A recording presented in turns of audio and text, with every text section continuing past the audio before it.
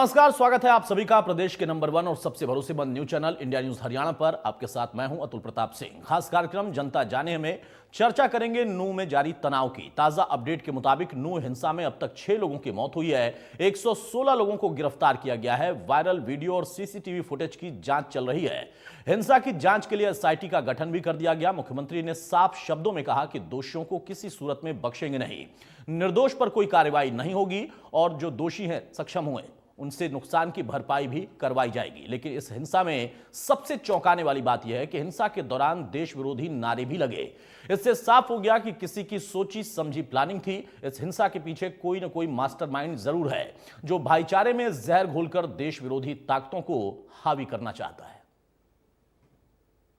देखिए, जैसे हमको जानकारी है कि नूंह की जो एक दुर्भाग्यपूर्ण दर्दनाक जो घटना हुई, उस घटना में काफ़ी बड़ी मात्रा में नुकसान हुआ और अभी तक की जानकारी में 6 लोगों की मृत्यु हुई है। 2 होमगार्ड के लोग हैं, 4 सिविलियंस हैं और अनेकों घायल हुए हैं जो नल्लड़ हॉस्पिटल में, मेदांता हॉस्पिटल गुरुग्राम में, अन्य अस्पतालों में दाखिल हैं जिनकी देखरेख उपचार किया जा रहा है।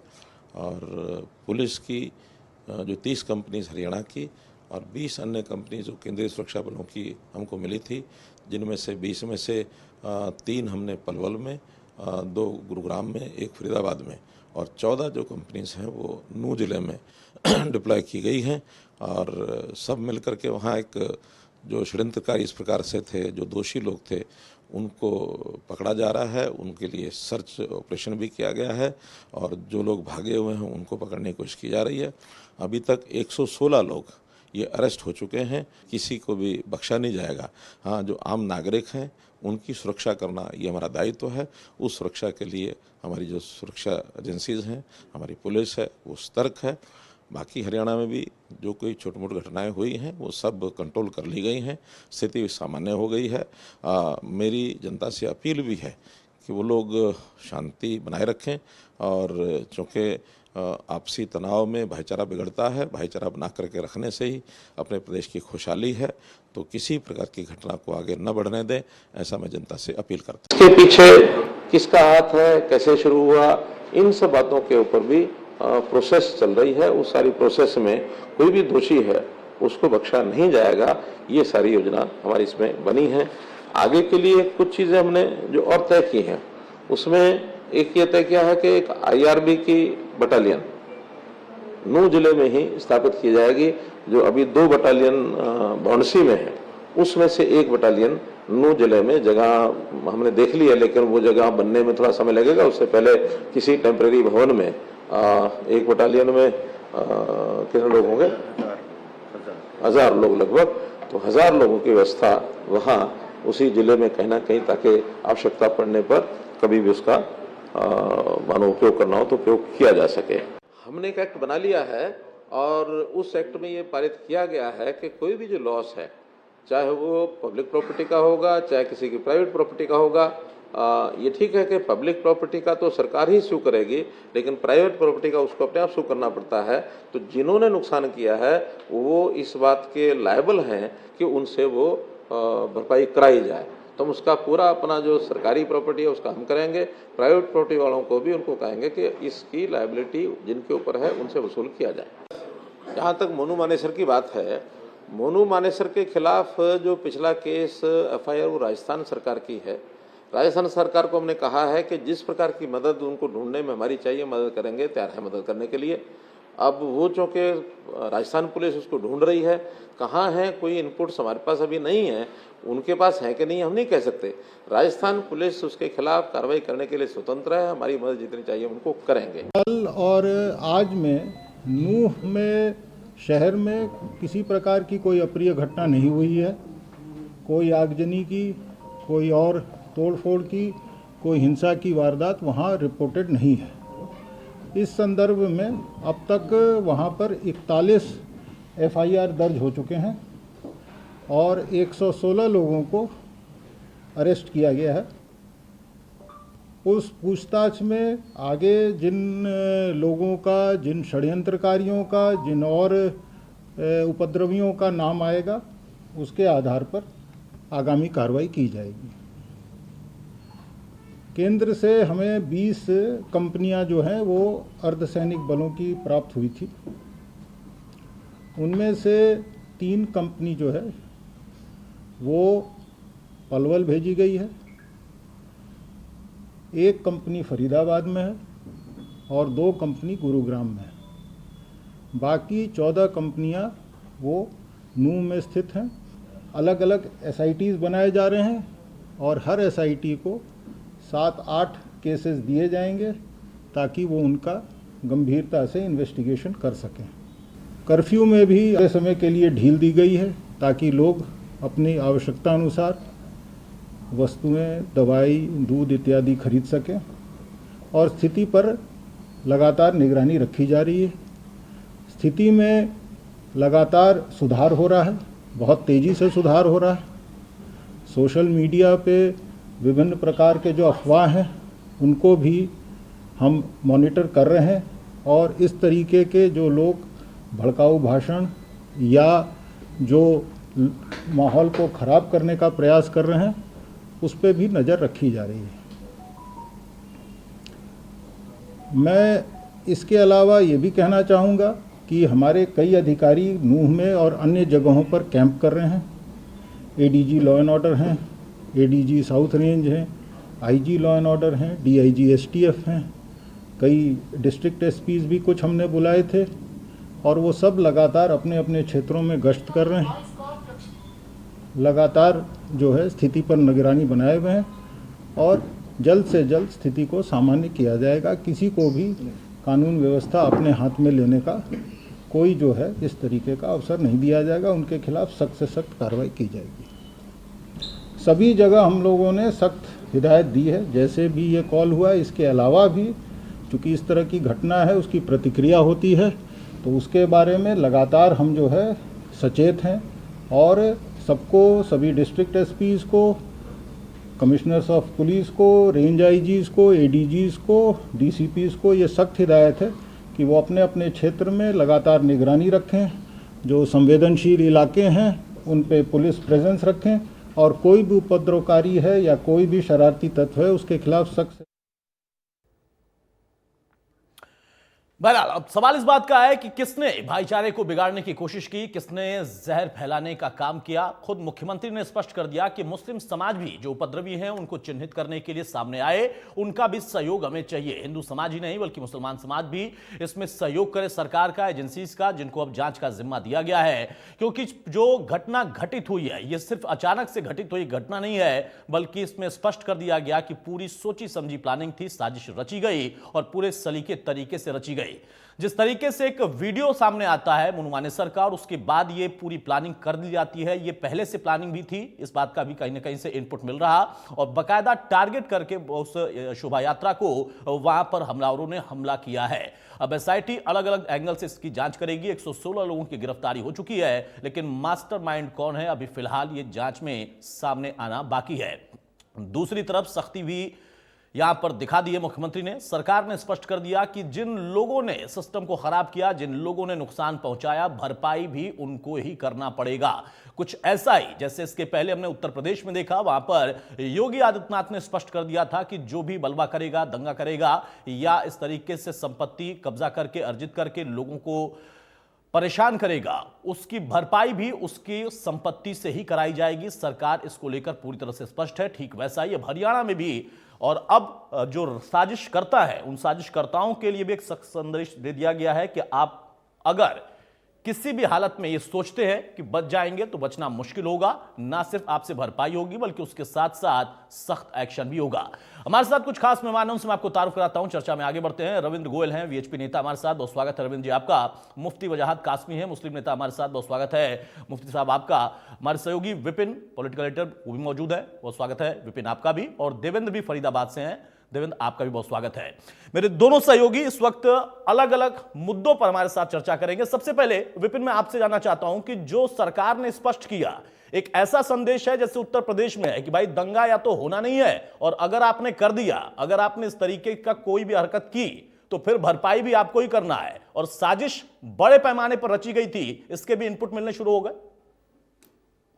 देखिए बिल्कुल, और खुद मुख्यमंत्री मनोहर लाल के मुख से ये बातें निकली हैं। उनका ये कहना है कि जो दंगाई हैं, प्राइवेट प्रॉपर्टी को जो नुकसान पहुंचा है उसकी पूरी भरपाई उन्हीं से करवाई जाएगी। ऐसे में आइडेंटिफिकेशन का प्रोसेस लगातार चल रहा है, आज से नहीं बल्कि इस कॉन्स्पिरेसी की शुरुआत जब से हुई तब के मोबाइल डेटा को कलेक्ट करने का काम पुलिस की ओर से किया जा रहा है। ऐसे में कौन व्यक्ति किससे क्या बात कर रहा था, क्या संदेश भेजे जा रहे थे, क्या व्हाट्सएप किए जा रहे थे, क्या सोशल मीडिया पर फैलाया जा रहा था, इन तमाम चीजों का आंकलन पुलिस की ओर से इसकी शुरुआत कर दी गई है। तो ऐसे में कड़ियों को जोड़ते हुए पुलिस जो है वो की कॉन्स्पिरेटर के पास पहुंचने का प्रयास करेगी। और ऐसे में मुख्यमंत्री की ओर से स्पष्ट तौर पर यह कह दिया गया है कि चाहे कोई व्यक्ति शामिल होगा उसको बख्शा नहीं जाएगा। ऐसे में सामाजिक सौहार्द, सामाजिक शांति को खत्म करने का प्रयास जिस तरह से हुआ उसको लेकर सीधे तौर पर सरकार का यह कहना है कि किसी भी व्यक्ति को यह अधिकार नहीं है। और अब सरकार की ओर से, पुलिस की ओर से पूरे तथ्यों को खंगाल कर जिस भी व्यक्ति की संलिप्तता पाई जाएगी उस व्यक्ति को जो है वो बख्शेगी नहीं सरकार, यानी कि law will take its on course, कानून अपना काम करेगा। ऐसी परिस्थितियों में अब शांति को मुहाल कराने के लिए लगातार जो है अलग अलग जगहों पर अपील भी की जा रही है। मुख्यमंत्री का भी ये कहना है कि लोग जो है आपसी भाईचारा बनाकर रखें।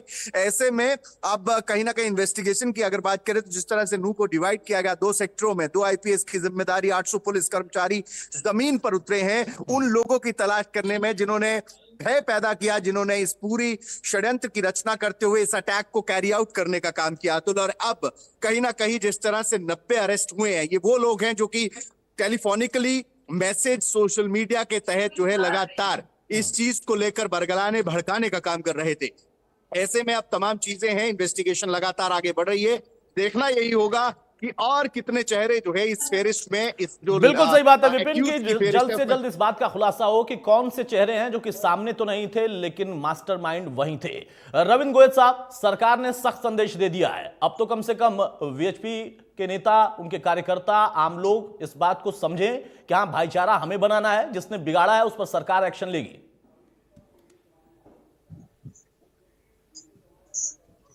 रविंद्र जी,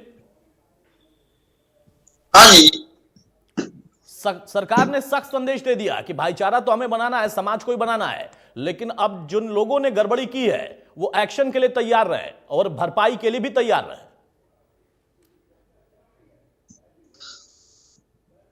हमें शुरू से भाईचारे की बात करी है।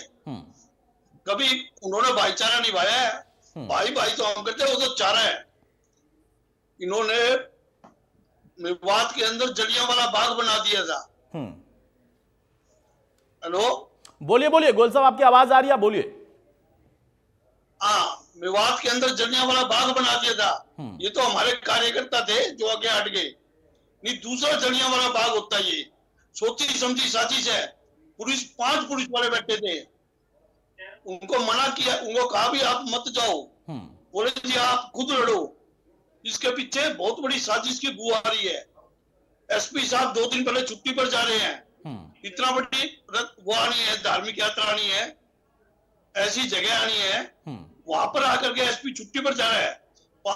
जो पुलिस की जिप्सी थी वो चली जाती है, फिर उनका हमला होता है। 6 घंटे तक पुलिस नहीं आती, सीएम हाउस से बात करी जाती है, अभी भेज रहे हैं, अभी भेज रहे हैं। हमारे साथ में इतने, मैं मौके पर था, अंदर मेरे साथ महिलाएं थी, महिलाएं बच्चे पानी के लिए, दूध के लिए, खाने के लिए तरस गए।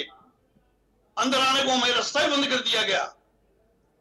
पूरी तैयारी थी। ये तो 2 घंटे हमारे कार्यकर्ता के लठ लेकर के खड़े थे। उनके पास में इतना हथियार है, कहां से आया है मेवात के अंदर? इसके बारे में विचार है। आज कहते इंक्वायरी करेंगे, पहले कहां गई थी वो इंक्वायरी? इतना हथियार यहाँ पर इकट्ठा हो रहा है, सब फेलियर है, बिल्कुल फेलियर था। प्रशासन 100% फेलियर था। ठीक है, मुफ्ती वजाद साहब, देखिए रविंद्र गोयल साहब का कहना है कि वो खुद मौके पर थे और जो वहां की परिस्थितियां थी उसमें प्रशासनिक फेल्योर तो वो साफ तौर पर महसूस कर रहे हैं कि हाँ था। लेकिन अब जब सरकार ने सख्त संदेश दिया कि चाहे मोनू मानेसर के खिलाफ राजस्थान सरकार को एक्शन लेना हो, वहां की पुलिस को मदद चाहिए, वो भी हरियाणा सरकार, हरियाणा की पुलिस देने को तैयार है। जिन लोगों ने बलवा किया, दंगा किया, प्लानिंग की, साजिश रची और इस घटनाक्रम को अंजाम दिया, उनका भी खुलासा होगा और सख्त एक्शन होगा। लेकिन अब समाज की जिम्मेदारी है। जब मैं और आप कल चर्चा कर रहे थे तब भी आपने इस बात का जिक्र किया था कि समाज के लोगों को ही आगे आना होगा, चाहे वो मुसलमान समाज के हो या हिंदू समाज के हो। देखिए, दरअसल प्रशासन को इस तरह की उम्मीद नहीं थी कि इस तरह के हालात रहे, और मैं अलग विचार का आदमी हूं। मैं तो इस मौके पर एडीजी अपनी जो प्यारी बहन ममता जी हैं उनको सैल्यूट करूंगा, उनको सलाम पेश करूंगा कि उन्होंने, ये खुद रविंद्र गोयल जी बताएंगे, स्वीकारेंगे इस बात को कि 2500 लोगों को उन्होंने मंदिर से सकुशल निकाला है। बहुत हिम्मत की लेडी है, मैं उनको सलाम पेश करता हूं। दूसरी बात यह है कि मोनू मानेसर हो या बिट्टू बजरंगी का भी मैंने बयान सुना है कि मैं तुम्हारा दामाद आ रहा हूं, ये इस तरह की भाषा, मैं कल भी ये कह रहा था और आज फिर ये कह रहा हूं कि मुसलमान लीडरशिप को प्रशासन का और कानून का सहारा लेना चाहिए था। खुद ये फैसला नहीं करना चाहिए था कि हम पत्थरबाजी करेंगे या हम हंगामा करेंगे किसी तरह का। और एक चीज पर मुझे बहुत अफसोस अभी भी है, मेवात का जो इलाका है वो मरकज से बहुत ज्यादा कनेक्ट है दिल्ली से, और तबलीग से बहुत ज्यादा कनेक्ट है। अगर एक मैसेज तबलीग के लोग दिल्ली से कर दे, मौलाना साद और उनके आसपास के लोग, कि आप शांति बनाए रखें, तो वहां एक तिनका भी नहीं हिलेगा। मैं इसको पूरी जिम्मेदारी से आपके चैनल पे बोल रहा हूं। बिल्कुल सही बात। लेकिन मैं अफसोस कर रहा हूं कि देश के लिए इतनी भी इनके दिलों में गुंजाइश नहीं है, स्टेट के लिए, अपनी कौम के लिए, अपने भाइयों के लिए इतनी भी इनके लिए गुंजाइश नहीं है। देश का इतना छोटा सा प्रेम भी इनके दिल में नहीं है कि एक अपील ही कर दें कि भाई लोग शांति बनाए रखें। कोई अपील इनकी तरफ से अभी तक नहीं आई, ना व्हाट्सएप पे आई, ना सोशल मीडिया पे आई, ना किसी ने कुछ बोला है। मुस्लिम लीडरशिप को इस बात की जिम्मेदारी कबूलनी होगी कि उन्होंने अपने समाज के साथ धोखा किया है, नौजवान बच्चों के साथ धोखा किया है, उनको झूठ बोलकर, वर्गलाकर यात्रा पर जो भी कुछ हमला कराया है, ये जो भी कुछ हुआ, बहरहाल इसकी निंदा करनी चाहिए, इसकी मजम्मत करनी चाहिए। हिंदुस्तान पर, हरियाणा स्टेट पर एक बदनुमा दाग है। एक चीज का जिक्र और करूंगा मैं, मनोहर लाल खट्टर का दूसरा टर्म है ये चीफ मिनिस्टर रहते हुए, बेहतरीन लॉ एंड ऑर्डर। हरियाणा का मेवात पिछड़ा एरिया था, सैकड़ों लड़कों को नौकरी, कम से कम 5 बार ये पहले मुख्यमंत्री हैं जो हरियाणा 5-6 बार आ चुके हैं चला करके। कोई कसर मनोहर लाल खट्टर ने नहीं छोड़ी। तो वहां के मुसलमानों को शर्म करनी चाहिए इस बात की कि सरकार की भी बदनामी होगी, स्टेट की भी होगी, देश का भी नुकसान होगा, अपना भी होगा, कारोबार भी खत्म होंगे, भाईचारा भी खराब होगा। बहरहाल दोनों तरफ से जो भी कसूरवार हैं, चाहे वो इधर से हो और चाहे वो उधर से हो, ऐसी कड़ी कार्रवाई उनके खिलाफ होनी चाहिए ताकि, और ये योगी मॉडल है, ये मैं धन्यवाद दूंगा मनोहर लाल खट्टर जी को कि पूरे देश के चीफ मिनिस्टरों को यही अपनाना चाहिए योगी मॉडल के, जो करेगा वो भरेगा। और धन्यवाद है योगी जी का कि आज यूपी दंगा मुक्त हो चुका है इस मॉडल की वजह से। जो भी चीफ मिनिस्टर इस मॉडल को अपनाएगा वो अपने स्टेट को दंगा मुक्त करा लेगा कि जो करेगा वो भरेगा। और मनोहर लाल खट्टर, देखिए बहुत खूबसूरत बात मुफ्ती साहब ने कही है कि उन तमाम जो धर्मगुरु हैं, उस समाज का जो प्रतिनिधित्व करते हैं या जिनसे उनकी आस्था जुड़ी है, कि हाँ भाई वहां से अगर संदेश आ गया तो ये करना है या ये नहीं करना है, अगर उन लोगों ने थोड़ी जिम्मेदारी निभाई होती तो मुझे लगता है कि शायद इस घटना पर हमें आज बैठकर चर्चा नहीं करनी पड़ती और उस समाज के ऊपर पूरे सवाल नहीं उठता है। देवेंद्र, अब यहां पर प्रश्न यह है कि जो उसके बाद का घटनाक्रम है और मौजूदा जो हालात है, जांच एक तरफ चलेगी लेकिन समाज के बीच में इस तरीके से जो चर्चाएं शुरू हो गई थी उसको भी बैलेंस करना है। क्या इस वक्त ग्राउंड रिपोर्ट है? बिल्कुल, देखिए अगर फरीदाबाद की बात करें तो सामाजिक सौहार्द और कायम करने के लिए तमाम तरह की कवायद जिला प्रशासन की तरफ से की जा रही हैं। चूंकि सीमावर्ती जिला है फरीदाबाद, नूह के और पलवल के नजदीक है, तो यहाँ भी ऐसे धार्मिक जो संगठन थे उनकी तरफ से कॉल की गई थी ज्ञापन देने को लेकर, लेकिन उस पर बैन लगाया गया। धारा 144 जैसे पहले लगा दी गई थी, तो केवल 4 जो नुमाइंदे थे तमाम जो संगठन है उनके बुलाकर उनसे ज्ञापन लिया गया है। इसके साथ साथ में जो पीस कमेटी है उसमें चाहे धार्मिक गुरु हों चाहे अन्य संगठनों के, उन लोगों के साथ में आज डीसी और जो पुलिस प्रशासन है उनके साथ में एक बैठक कराई गई जिसमें 2 दर्जन से ज्यादा प्रतिनिधियों को बुलाया गया था और उससे खास तौर से ये अपील की गई कि आप अपने जो समाज में जाइए, चाहे मुस्लिम समाज की बात हो चाहे हिंदू समाज की बात हो, अपने अपने क्षेत्र में जाइए और तमाम लोगों को समझाइए, खास तौर से युवाओं को, क्योंकि युवाओं को जिस तरह से तमाम तरह की चर्चाएं सामने आ रही थी कि उनकी हिस्सेदारी ज्यादा थी और अग्रेसिव ज्यादातर युवा दिखाई दे रहे थे, तो उसी को लेकर ये प्रयास किए गए थे और रात के वक्त में भी एसडीएम ने अपने अपने लेवल पर तमाम पीस कमेटियों को जो प्रतिनिधि थे उनको समझाया था और इसी का नतीजा ये रहा कि फरीदाबाद औद्योगिक नगरी है, करीब 30 लाख की यहाँ की आबादी है, पूरी तरह से यहाँ शांति कायम रही। हालांकि छोटी मोटी छिटपुट हिंसा जरूर हुई लेकिन उस पर समय रहते हुए ही काबू पा लिया गया। तो ये तमाम कवायद जिला प्रशासन की तरफ से की गई और पुलिस प्रशासन की तरफ से भी जो सेंसिटिव जोन जो चिन्हित किए गए थे वहां फ्लैग मार्च निकालकर, आज भी फ्लैग मार्च निकाले जा रहे हैं, पैदल मार्च निकाले जा रहे हैं और लोगों को समझाया जा रहा है। लेकिन इसके साथ में एक सख्त संदेश भी पुलिस प्रशासन की तरफ से, पुलिस कमिश्नर की तरफ से दिया गया है कि अगर कोई कानून तोड़ने की कोशिश करेगा तो उसके खिलाफ में सख्ती से कार्रवाई की जाएगी। तो एक मैसेज कहीं ना कहीं जहां अपील शांति की गई तो सख्त मैसेज भी देने की यहाँ कोशिश की गई है। और इसके चलते ही जिस तरह से चूंकि इंटरनेट पर एक और अपील की गई थी कि अफवाहों पर ध्यान ना दिया जाए, तमाम जो सामाजिक संगठन और धार्मिक संगठन के प्रतिनिधि थे उनको भी समझाया गया है कि आप जो अपने लोगों को समझाइए कि अफवाहों पर ध्यान ना दें। और अफवाहों को रोकने के लिए ही एक कदम और उठाया गया कि इंटरनेट 2 दिन के लिए फरीदाबाद में भी बंद कर दिया गया। हालांकि अभी समीक्षा शाम को की जानी है कि कल इंटरनेट चालू किया जाएगा या नहीं किया जाएगा, लेकिन तमाम रिपोर्ट देखने के बाद ही उस पर फैसला लिया जाएगा। ठीक है रविंद्र गोयल साहब, मुफ्ती साहब ने जो बात कही आप सहमत हैं उनसे? उन्होंने सीधे तौर पर उस धर्म से जुड़े, उस समुदाय से जुड़े उन तमाम प्रतिनिधियों पर ही सवाल खड़ा किया है। सरकार को बिल्कुल इस बात का एहसास नहीं था क्योंकि जो शोभा यात्रा हर साल निकलती थी वही निकली फोर्स उतनी थी, ये तर्क है सरकार की तरफ से, गृह मंत्री का। लेकिन अब जो संदेश दिया गया है कम से कम उससे तो आपकी नाराजगी दूर हो रही है क्योंकि आप मौजूद थे, आप फंसे थे, आपने तमाम लोगों की वो समस्याएं देखी हैं, वो परेशानी झेली है। नहीं, कोई नाराजगी क्या, सरकार को आगाह नहीं था, सरकार फेल है, इतनी बड़ी सरकार चला रही है। आईपी वाले, सीआईडी वाले वो कहां गए थे सारे, ये पुलिस वाले कहां चले गए थे? इतना बड़ा कांड जो 2 महीने से रच रहे हैं, वो हर घरों पे पत्थर पड़े हुए थे, पत्थर रखे हुए थे, वो एक दिन में पत्थर आ गए। पेट्रोल बम थे वहां, हमारे पे पेट्रोल बम गिरे गए हैं, वो कहां से आ गए? इतना हथियार असरा, एक गांव के अंदर थोड़े लोग थे, आधे घंटे के अंदर हजारों लोग आ गए, पहाड़ों के ऊपर चढ़ गए, इतना असरा था, ऊपर से गोलियां चला रहे थे हमारे ऊपर। हम एक मंदिर में चारों तरफ घिरे हुए थे जैसे जलियांवाला बाग था। हमारे साथ बहन बेटी है, बच्चे इतने थे, क्या कर सकते थे उस समय हम? भैया मर जाओ या मार दो, हमारे पास तो डंडे थे सिर्फ, वो भी पेटों के तोड़े हुए थे। हम तो धार्मिक यात्रा में आए हुए थे, जल चढ़ाने के लिए, हमको लड़ने के लिए आए हुए थे। भाईचारा बन ही नहीं सकता। जो ये भाईचारे की बात करते हैं ये हमारे हिंदुओं को बेवकूफ बनाते हैं। इनका बायकॉट होना चाहिए जगह जगह, कोई भाईचारा नहीं है इनके साथ। हम तो भाईचारे की बात करते हैं, करते हैं भाईचारे की बात, ये जाते हैं मंदिर में माथा टिकवा दो। हमारे लोग कब्रों पर, मस्जिदों में भाईचारा भाईचारा करते हैं, है भाईचारा? कहीं निभाया इन्होंने भाईचारा? इनके साथ कोई भाईचारा नहीं है। सुंदरकांड में लिखा है जूतों का यार जूतों से मानता है। कोई सरकार आ जाए किसी किस्म की भी, ठीक है भाईचारा बनाए रखो, शहर में वो हो जाती है, दंगे हो जाते हैं, लोग मर जाते हैं, हिंदू मरता है, ये क्यों नहीं मरते?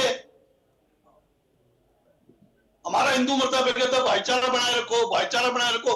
क्यों हमने ठेका ले लिया भाईचारा बनाने का? इनके पास भाईचारा नहीं है। ये आए मंदिर में माथा टेके, भाईचारा बनाए, हम मस्जिद में जाएंगे, नमाज पढ़ेंगे, ये पढ़े हनुमान चालीसा मंदिर के अंदर, भाईचारा वो है। हम तैयार हैं बिल्कुल, ये कुछ करते नहीं, मार्को भाईचारे की बात करते हैं। गोयल साहब की नाराजगी है भाई, क्योंकि उन्होंने उस परेशानी को झेला है, देखा है, तमाम लोगों की सुरक्षा उन्होंने की, उनकी नाराजगी अभी भी बनी हुई है। वो कह रहे हैं कि भाईचारे की बात सिर्फ हिंदू करें क्या? 4000 लोग वहां थे, पुलिस प्रशासन। मुफ्ती साहब, गोयल साहब मेरे बारे में जानते नहीं है, इसलिए मुझसे वो नाराज रहे, कोई बात नहीं, बड़े भाई हैं वो, मैं उनको समझाने की कोशिश करूंगा।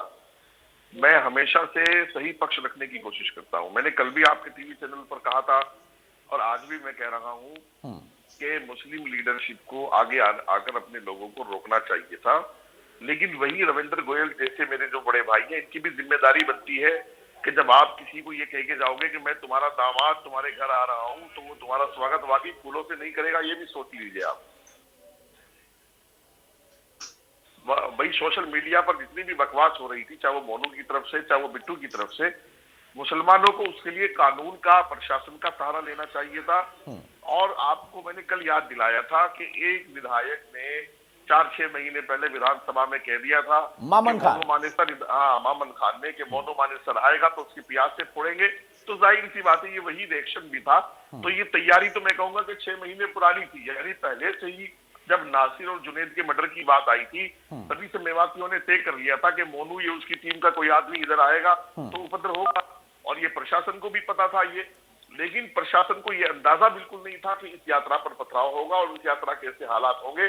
और रविंद्र गोयल जी चाहे जो कहते रहे, मर्जी है। अब भी मैं फिर कहूंगा कि एडीजी ममता ने अपनी जान पर खेल करके सबको वहां से निकाला है, यानी वहां से निकाला फिर भी प्रशासन ने सबको, चाहे उनको लेट हुआ पहुंचने में, ये ताखीर हुई चूंकि हालात इस तरह के हो गए थे। लेकिन उस मेरी बहन को मैं सलाम पेश करता हूँ, हरियाणा पुलिस ने मेहनत करके और एक एक आदमी को सुरक्षित निकाला है। ठीक है मुफ्ती साहब, रोक रहा हूं आपको, समय थोड़ा कम है। देवेंद्र, बहुत जल्दी से क्लोजिंग कमेंट सिर्फ इतना, जो आपने कहा कि अभी फिर से समीक्षा होगी, तो उम्मीद करें कि हाँ माहौल जो शांतिपूर्ण हो चुका है ये और शांतिपूर्ण होगा। बिल्कुल, देखिए शांतिपूर्ण माहौल है हालांकि, लेकिन शांतिपूर्ण और उसे करने के लिए तमाम तरह की कवायद की जा रही है। और इसीलिए चूंकि आज तक के लिए इंटरनेट को बंद किया गया था, लेकिन समीक्षा अब की जानी है, कुछ ही देर में वो समीक्षा होगी। हो सकता है कि अगले 1 या 2 दिन के लिए इंटरनेट को और बंद किया जाए, क्योंकि इसके पीछे की वजह यही बताई जा रही है कि जो फेक मैसेज आ रहे हैं और अफवाहें जो फैल रही हैं उसको रोकने के लिए मकसद है कि इंटरनेट को बंद किया जाए। हालांकि आज इस तरह जो माहौल दिखाई दिया वो शांत माहौल था, इसी के चलते हुआ कॉलेज और कोचिंग सेंटर को फरीदाबाद में खोल दिया गया था। देवेंद्र, बहुत शुक्रिया आपका, मुफ्ती साहब आपका भी और गोयल साहब आपका भी। तो मौजूदा दौर में सबसे बड़ी समस्या यही थी कि जो माहौल है उसको सामान्य किया जाए, लेकिन मुख्यमंत्री ने स्पष्ट कर दिया कि माहौल तो सामान्य होगा दोनों समुदायों की मदद से, प्रशासन के सहयोग से, लेकिन जिन लोगों ने दंगा किया, बवाल किया और प्लानिंग की, सोची समझी एक साजिश रची, वो भरपाई के लिए और एक्शन के लिए भी तैयार रहे। नमस्कार।